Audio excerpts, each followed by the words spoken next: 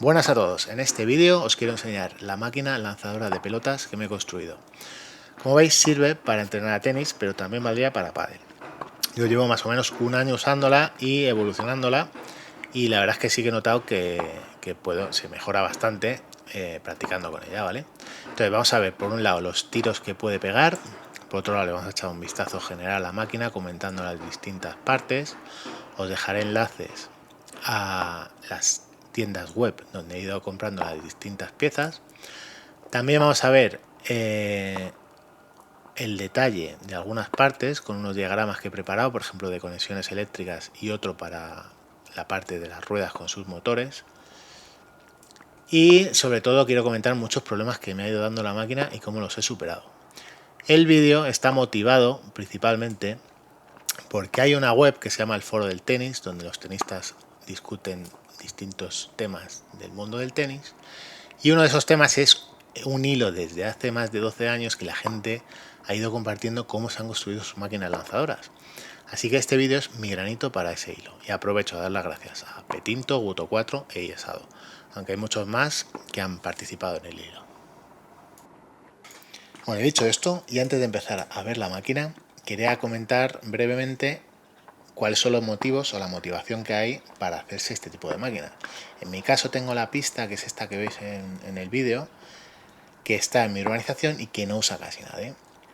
Entonces me di cuenta que si me hacía con una máquina lanzadora era como tener un entrenador personal y podía mejorar mi tenis sin gastarme mucho dinero. Así que me puse a buscar máquinas y vi que por internet vendían algunas muy caras como la Lobster y la Spinfire Pro, que son de más de 2.000 euros, y otras medianamente económicas como la Slinger, y después sacaron la Pebor, que esta no estaba cuando yo empecé.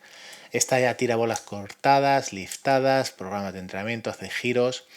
Esta sí que es interesante, pero en aquel momento no había ninguna opción interesante. Entonces me di cuenta que era una oportunidad para hacer un proyecto personal de construir algo con mis propias manitas y que tenía cierto sentido económico, algo que normalmente no pasa. Vale, pues aquí ya estáis viendo la máquina. Veis que está hecha de madera, sobre una tabla con ruedas para llevarla de un lado a otro. Abajo están los controles con un interruptor general, un display de potencia y de estado de la batería, un control para cada motor, otro control para este carrusel que va cogiendo las bolas de una en una y van cayendo por el tubo. Hay un muelle que impide que caiga más de una bola cada vez. Las gomas elásticas con las cuerdas son para que no salgan volando a veces las bolas cuando se atascan salen volando y eso impide que salgan fuera. Aquí está la batería, cada rueda tiene un motor. Por aquí caerían las bolas por el tubo y las ruedas las acelerarían hacia afuera.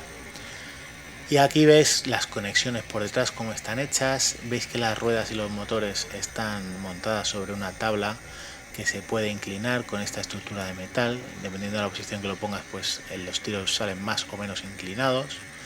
Y luego, muy importante, hay una toma de tierra que es como una lengüeta, que es lo que llevan ante los coches, y eso es para que no dé calambrazos, ¿vale? Porque si no se carga de electricidad estática. Vale, ahí veíamos cómo la máquina tiraba bolas liftadas. Estos serían bolas más cortadas que tienen menos bote y se frenan al botar. Y ahora vendrían unos globos un poco más inclinados y con algo de efecto liftado que botan bastante. Y aquí tendríamos la máquina subida a una mesa con bastante potencia y un tiro muy horizontal, un tiro bastante complicado. Y aquí quería enseñaros el detalle: cuando pongo la máquina a mucha velocidad, el viento que genera la rueda de arriba frena la bola. Entonces cuando quiero tirar ese tipo de tiros, pues le pongo este sombrerito, que es una cutrez pero que funciona, y así cuando sale la bola, pues el aire no la frena. Vale, pues para explicaros cómo está montado el motor, la rueda y el eje de transmisión, he hecho este pequeño diagrama. A la izquierda veis el motor, que está en rojo, que está montado sobre una chapa. Tiene 4 tornillos que sujetan a la chapa. A su vez la chapa está montada a 2 piezas de madera que van montadas sobre las estructuras verticales de madera del lanzador. El eje de salida del motor es de 6 milímetros. Va en un acoplador de 6 a 10 con sus tornillos. Estos tornillos a veces se aflojan y tengo que buscar la manera de darle fiabilidad a esto, porque a veces esos sonidos, como esto gira a mucha velocidad, pues salen volando.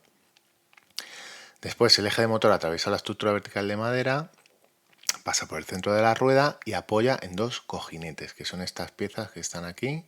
La parte azul sería una parte fija que está atornillada a la madera, y la parte azul clarita, esa sí que gira y lleva otro tornillo que también se afloja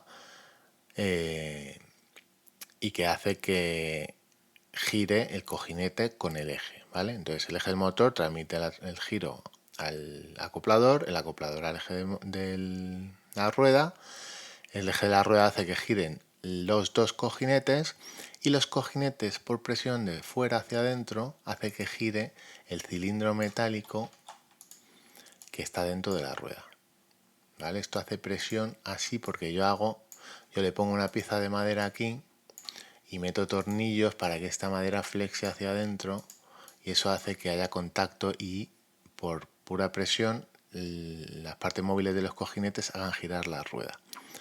Esto nunca me ha convencido, pero bueno, la verdad es que funciona. La rueda, como os comenté, le hice la forma para abrazar un poco las pelotas, aunque aquí está muy exagerado. Y dentro lleva un cilindro de metal porque el agujero que traía la rueda era muy grueso. Entonces, a pura presión le metí un cilindro de metal que sí, el agujero central del cilindro son 10 milímetros que encaja bien con el eje. Pero sin embargo el eje por sí solo resbalaría con este cilindro. Lo que hace que gire la rueda es esta presión. Ahora lo que vamos a ver es un diagrama de conexiones eléctricas. Es esto que veis en pantalla. Si empezamos por la batería, que es la cajita azul que pone Tram Rider, es una batería de 36 voltios, 10 amperios hora y puede entregar una potencia de hasta 600 vatios. Yo esta me la compré para la bici eléctrica. Después el cable rojo lo hago pasar por un interruptor manual que simplemente corta la corriente. Sobre todo es por seguridad. Cuando transporto la máquina, si se mueve algún cable, pues se pueden chamuscar cosas. Después viene un display, que es un aparatito que nos dice la tensión de la batería, así sabemos cómo va de carga, y también nos dice cuánta potencia está atravesando una resistencia de shunt, que sirve precisamente para eso, para medir la corriente, y así sabemos la potencia que está consumiendo la máquina. Y además tiene un reloj y un acumulador, nos da el dato del acumulado de energía. Y una vez que sale del display, pues ya se distribuye hacia los motores de las ruedas, que cada uno tiene su regulador. De esa manera se puede controlar la velocidad de una rueda independiente de la otra y manejar los efectos liftado y cortado. Y después va al motor del carrusel. El motor del carrusel está puesto con un interruptor controlable por mando a distancia. Este elemento simplemente corta y abre, pero se controla de mando a distancia. Y os preguntaréis, ¿por qué no has puesto el interruptor inmediatamente después del display para apagar toda la máquina? Pues porque las ruedas y los motores de las ruedas llevan mucha inercia y mucha fuerza, vamos. Entonces me da miedo apagarlas y arrancarlas de golpe. Sería muy brusco y esa parte, esa mecánica es un poco delicada, ya os lo he enseñado cómo es. Así que prefiero arrancarlos despacito y frenarlos despacito. Y por último, abajo a la izquierda veis la lengüeta, que es la toma de tierra, que está unida con un cable verde indicativo de tierra al chasis de los motores y a la estructura de metal con la que se ajusta la inclinación de los tiros. Y ahora lo que vamos a ver son los precios de las piezas que he utilizado. Primero los controladores de motores. Esto es verdad que he comprado bastantes modelos y se me han roto muchos. Los precios de las piezas rotas no lo he puesto. Esto sería el precio si me saliese toda la primera. Entonces he puesto dos columnas, lo que me he gastado yo y lo que te tendrías que gastar si las comprases de cero. Y la diferencia está en las piezas que yo ya tenía o las cosas que he conseguido gratis. Por ejemplo, la batería, que era de la bici, el cargador de la batería, las maderas de la estructura, que las cogí de la basura, el cableado que tenía por casa y el motor del carrusel, que era que lo reciclé de una puerta de garaje. Y bueno, ya veis que lo más caro es, por ejemplo, las ruedas. Los motores son caros, la batería, el tubo la verdad es que también fue caro y encima es una mierda, o sea que el tubo seguramente haya opciones mejores. Y luego, bueno, el medidor de potencia es una pijada, si no queréis no tenéis por qué ponerlo. Y bueno, pues ahí lo tenéis. Y para terminar quiero comentar algunas cosas que se me han quedado en el tintero. Por ejemplo, quiero decir que una ventaja de fabricarse la máquina es que sabes que no vas a tener problemas de mantenimiento. Puede que se te rompa muchas veces, pero como lo has hecho tú, pues siempre vas a saber repararla. Sin embargo, si te compras una máquina hecha, pues va a ser complicado porque no vas a saber dónde comprar los recambios y no vas a saber meterle mano. En general te va a tocar mandar al servicio técnico y pagar los costes de reparación o incluso comprarte una nueva.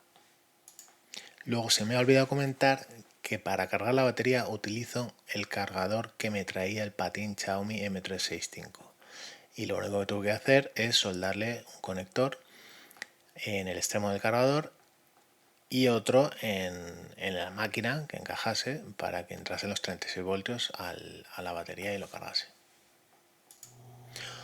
Uno de los problemas más importantes que he tenido es en el carrusel. Las pelotas tendían a meterse por debajo del carrusel en vez de ser empujadas por el carrusel, pues se metían por dentro torciéndolo y atascando todo. Entonces es muy importante dejar a una distancia correcta el carrusel del suelo y poner una piecita para evitar que las bolas se metan por debajo.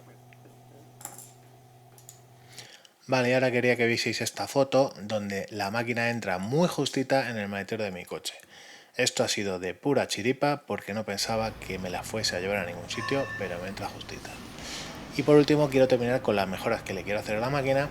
Una sería abrir el frontal o poner un panel transparente en la parte delantera del cajón para ver cuántas pelotas quedan desde el otro lado de la pista, porque hay veces que es verdad que todavía quedan pelotas, no terminan de salir, pero luego se liberan y empiezan a salir otra vez y eso no lo sabes.